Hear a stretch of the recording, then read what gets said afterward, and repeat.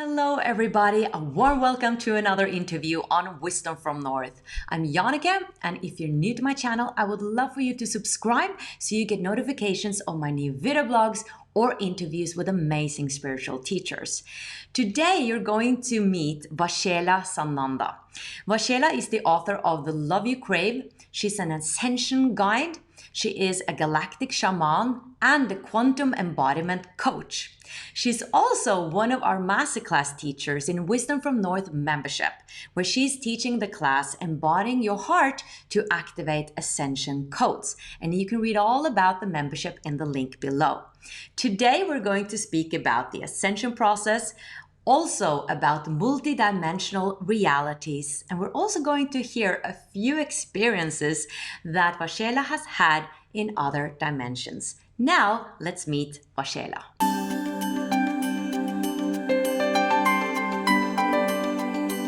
Hello, Waxela. How are you doing today? Welcome.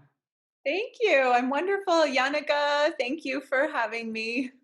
It's such a joy having you, and I'm so excited about the masterclass that you're doing for our members to embody the heart and activate the ascension codes. And you're going really esoteric and mystical, and I love that because I'm really into that myself these days, and I've always been. In the masterclass that inspired me a lot, you spoke about Mother Earth a lot, like her ascension process, that she has actually moved over to another density or dimension, and she's kind of ahead of us, which I find interesting because back in the days, my early days, I kind of felt that the humans were superior, and now in the sense that we were the evolved ones, and now I think it's the other way around, isn't it? Who are you comparing us to? To Mother Earth, like her consciousness. Yeah, well, I mean, if you think about it, she's a planetary being and the planets are all conscious. In fact, it's all conscious. The universe is conscious. Our solar system is conscious. So yes, the Earth herself has gone through her own ascension process. She has raised in frequency. And, many would call that the new Earth. Many would call that the 5D Earth. Some would say it's a higher dimension that she's gone to.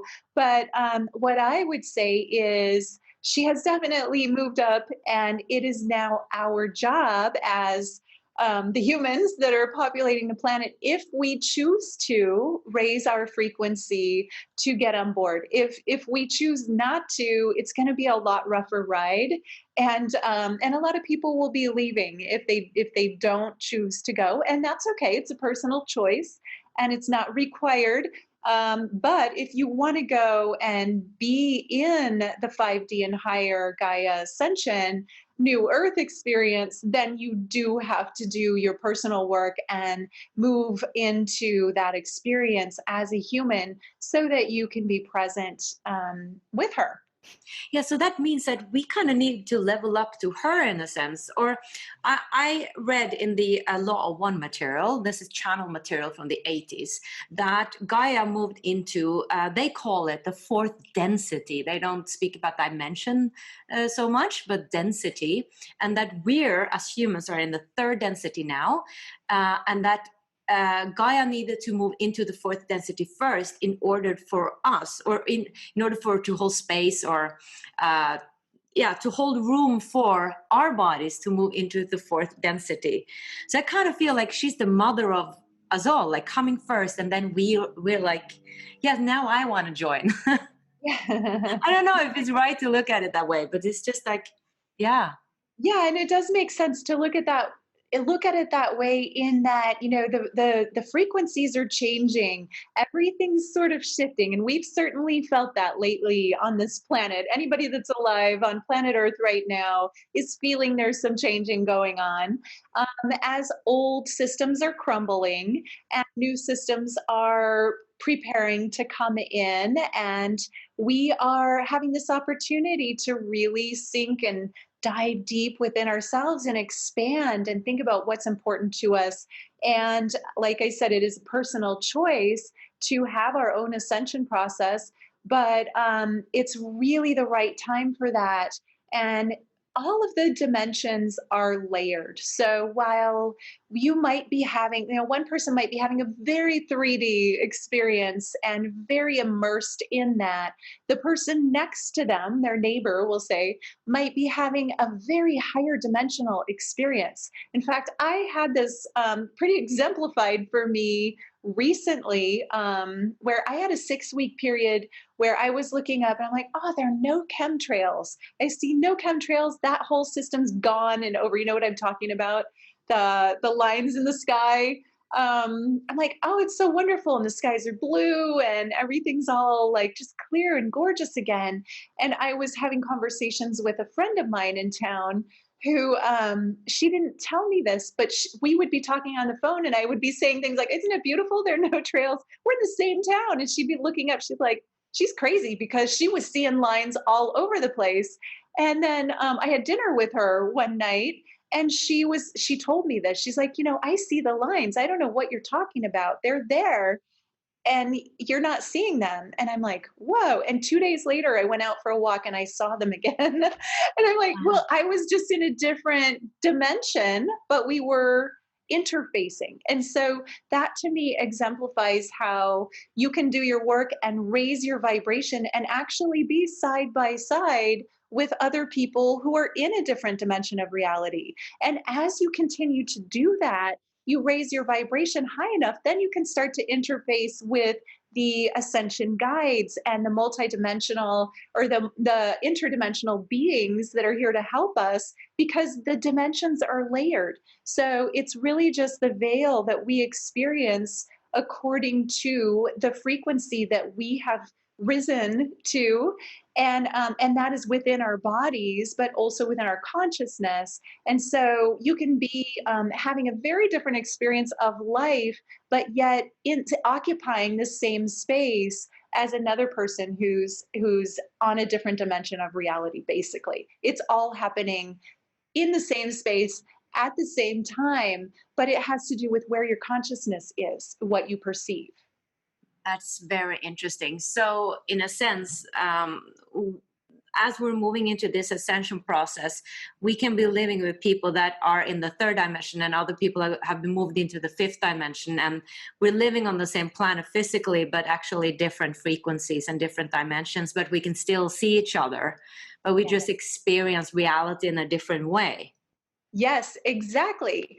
And you'll notice too, it's not set in stone. So, for instance, me for the 6 weeks, I was in a dimension where there were no chemtrails. But when I realized, my friend told me, "Oh no, they're still there," and I went out and looked, I was back in the in the world of chemtrails.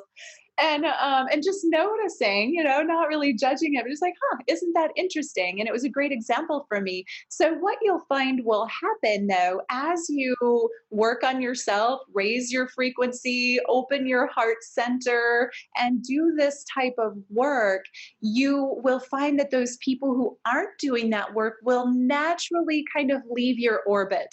They'll just, it's not that they disappear from the planet, or maybe they do, but it's what tends to happen is they don't tend to circulate our orbit anymore. We move out of each other's experience more and more, unless there's a meeting where because this is a world of agreements. So we tend to attract, and we do, it's actually a law, we attract the frequencies that match. So if we're emulating a frequency or holding a frequency of a higher ascended experience, then we're naturally going to align with people and experiences that are also at that frequency.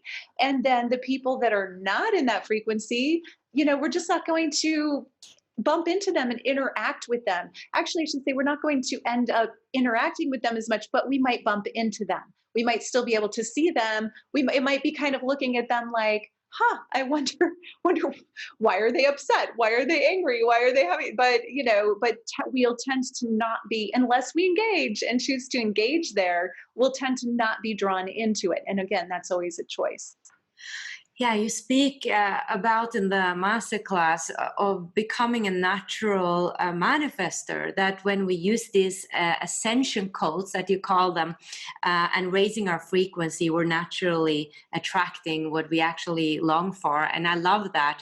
It's just such a natural way to do it, instead of like think hard, I want to manifest a car. I think it's a much more evolved way of practicing. Can you just explain what Ascension Codes is, that term? Yeah. So the way that I use ascension codes, these are frequencies. It's really, it's actually frequency that we already hold in our DNA. Our DNA holds and carries and stores. It's like a warehouse. It stores all of the codes, all of the frequencies that we could possibly need to have our ascension. And what we can do is activate those codes. So, by getting into this work of opening the heart, bringing in the ascended awareness of the ascension frequencies, and then it's an asking and a choosing, because it's not done to us, it's something we choose to do ourselves. It's kind of like opening that door and turning on the light switch, if you will, of those codes and activating them within our DNA, so that we can have these ascension frequencies sort of activated, released. It's light, it's light, it's information, it's frequency, and we get attuned to it by our thoughts, by our experiences, by our choice. And our mind gets to create that experience for us. And so while I'm doing a guided activation, I'm not doing this to the listener. The listener is doing it yourself. So if you choose to do this work, just know I'm not the guru, magically turning you on. I'm inviting you to do this work to turn yourself on, because the codes are within you and you are your own master and you get to choose. I'm opening a door and reminding you that this is there and this is your opportunity, but it's up to you to walk through that door. And so, yes, we all have that within us, and we can all activate ourselves. So exciting. Oh, I love this class. And another thing that you started talking about in the class, that all of a sudden I jumped, because I hadn't thought about that being for years. But when I was young, like a child, somehow that ascended guide called Anubis just fascinated me. I was like, he was my favorite. I loved everything about Egypt, especially when I was young. I was totally into it. But it was something about that being Anubis. And I haven't heard many talk about him. And then you started saying in the class that you have been connecting with the Anubis beings. And I was like, oh, whoa. And I think there's something for me to look at that. I don't know what it is. But can you tell us a little bit about these beings and your connection with them?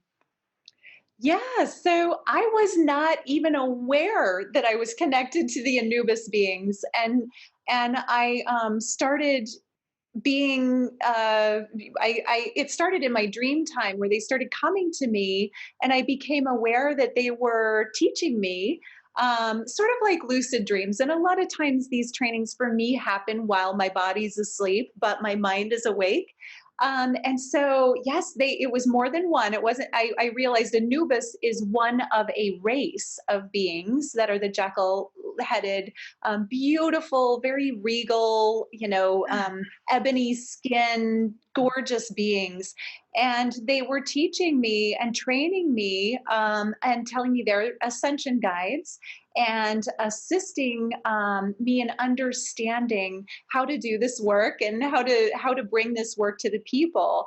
And did you want me to tell about the heart and the feather teaching, or should we save that?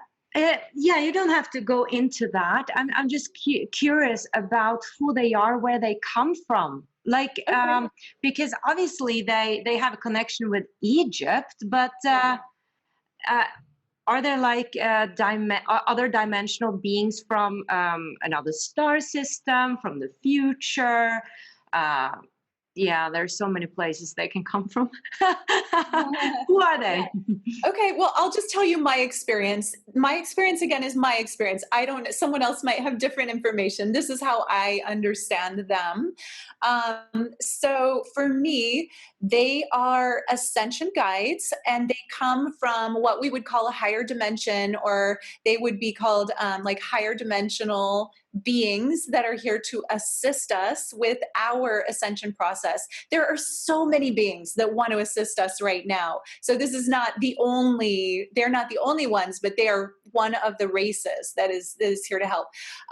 Anubis was one of these beings that was present in what we think of as ancient Egypt. We can also think of it as future Egypt on a different timeline.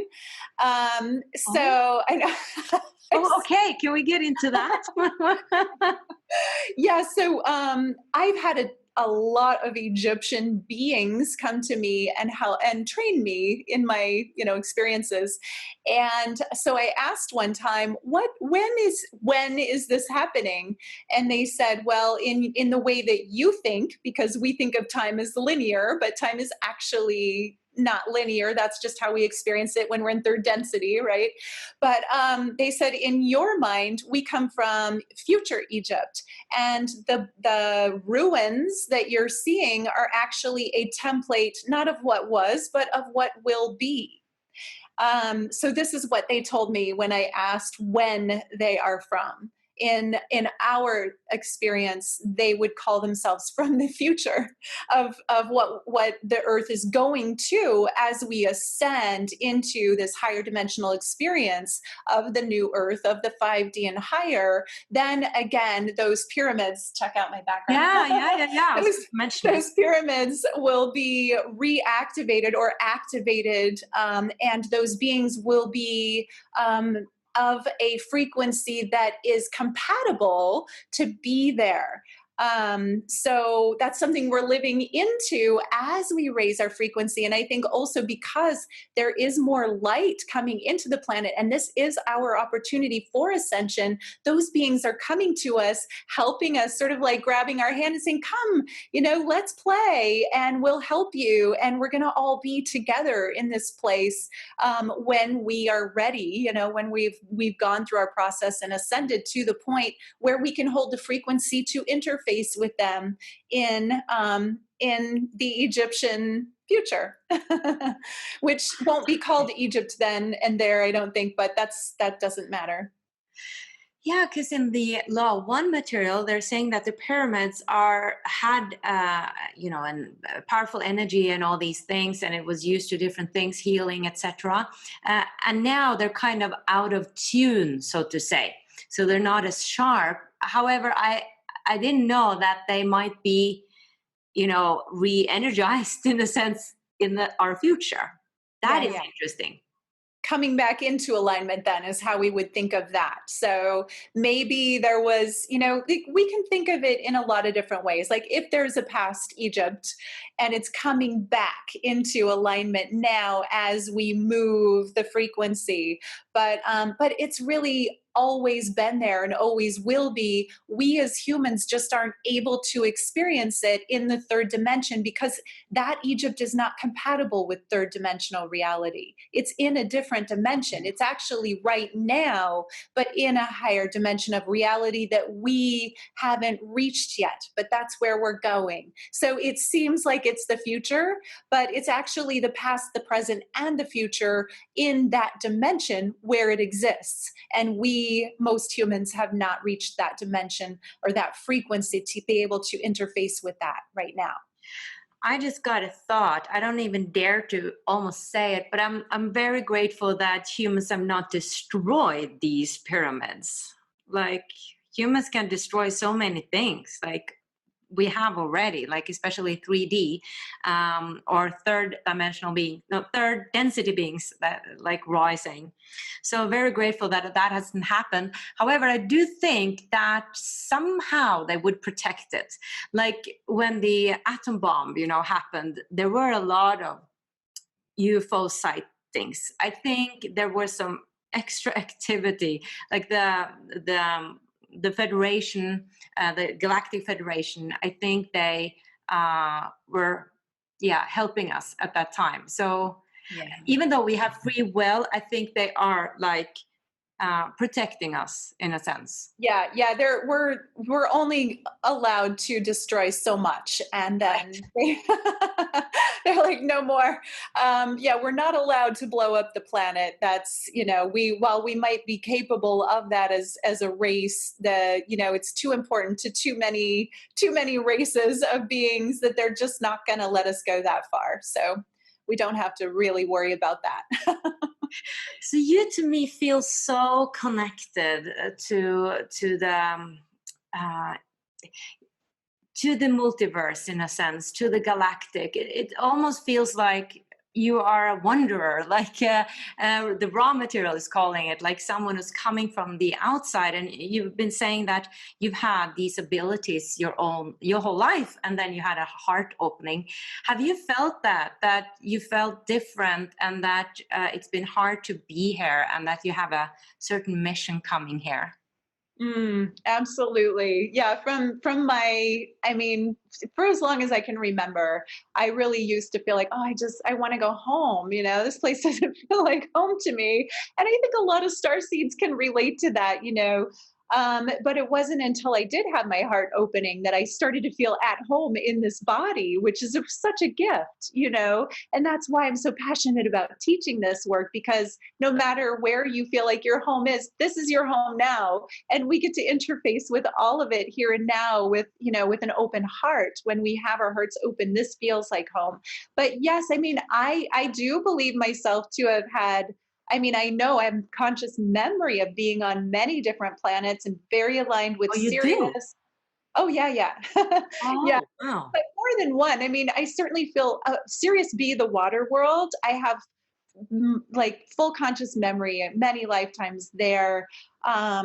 Like also Lemuria, which was populated a lot by Sirius, and the the Mer world. I have lots of life memory of being in water, a water being, even being light codes in the water. My longest experience of being, I feel like, it was being light in the water. And I call myself a light courier, where I would carry information and deliver it to the various beings that were in the water world. That was just my job. I would bring light information in the form of light into, and I could pass into their bodies, deliver the information, and go.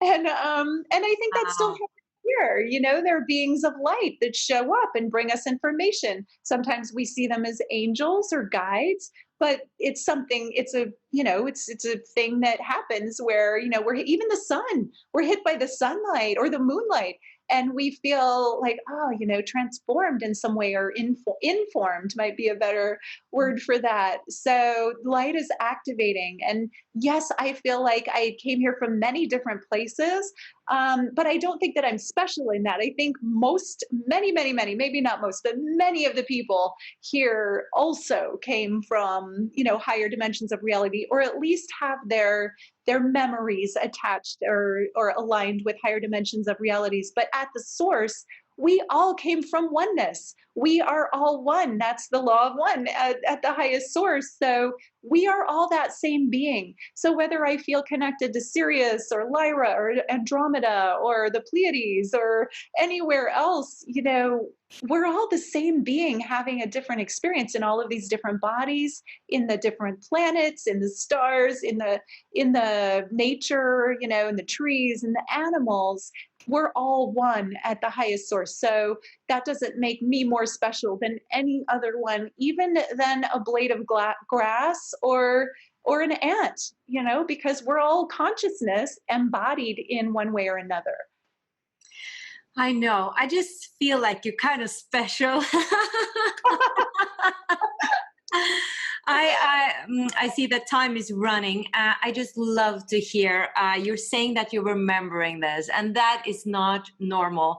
Like, I also feel that I'm not coming from here, which I think I totally agree with you. A lot of us are not coming from here. We're coming from all over the place, because we're a mixture. That's what we are. And I think perhaps it's more common to come from the galactic or from, outer space than actually have been here for a long time. I don't know. But I don't remember anything. And I would love to remember some of my previous lives or future lives. Can you tell us about one specific experience from a place somewhere out there that just surprised you or, yeah, touched you? Yeah, well, I mentioned the light in the water. That one did surprise me a little bit just because I was like, ah, I was light in water and I had consciousness. I was very aware of myself. I love that one. But also, I have a lot of memories of being a mer being in different forms of mer, as in water, like mermaid, merman. Oh, Um, okay.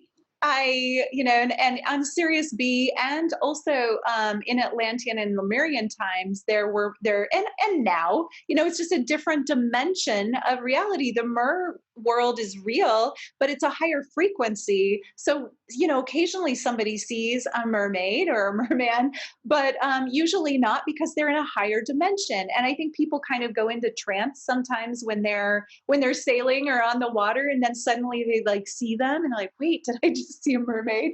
But they're there, they're just in a different dimension of reality, just like the angels are, just like, a lot of the beings are. So I will say I have fond memories of being a mer person. I wasn't just a mermaid, or, like, I don't even like that term mermaid because it sounds funny, but like a mer being, a mer woman, whatever. But I was also a dolphin, a whale. I have real strong memories of being whale and dolphin like beings. And then just many other sea beings that were very conscious and very aware. And I will say, like, in that mer life, we had dwellings that were sort of like crystallized light. Here's a cool part of it: the places where we lived, it's kind of like, what we see in sci-fi movies, but the thing that they miss is that the structures themselves were conscious or are conscious. So you're not just entering, let's say, your house or your city, you're entering into sort of like a dimension of consciousness where everything is very telepathic. You don't have to, try and find words to describe what you want to convey. And there's on these higher levels of dimensional reality, there's more of a connection through the heart. So you don't have to try so hard to have people understand what you want them to, what you want to share. It's easier, it's more fluid, if you will. But the structures are conscious. It's crystalline. It's crystalline plasma, you can think of it. So it's alive. It has that living light structure, and that's what we made our homes from, but from thought, not from like building with hammer and nails. Wow, Waxela. I mean, you got to write a book about this. It sounds like a great fantasy book, doesn't it? Well, I believe. Believe How- at whatever level you want.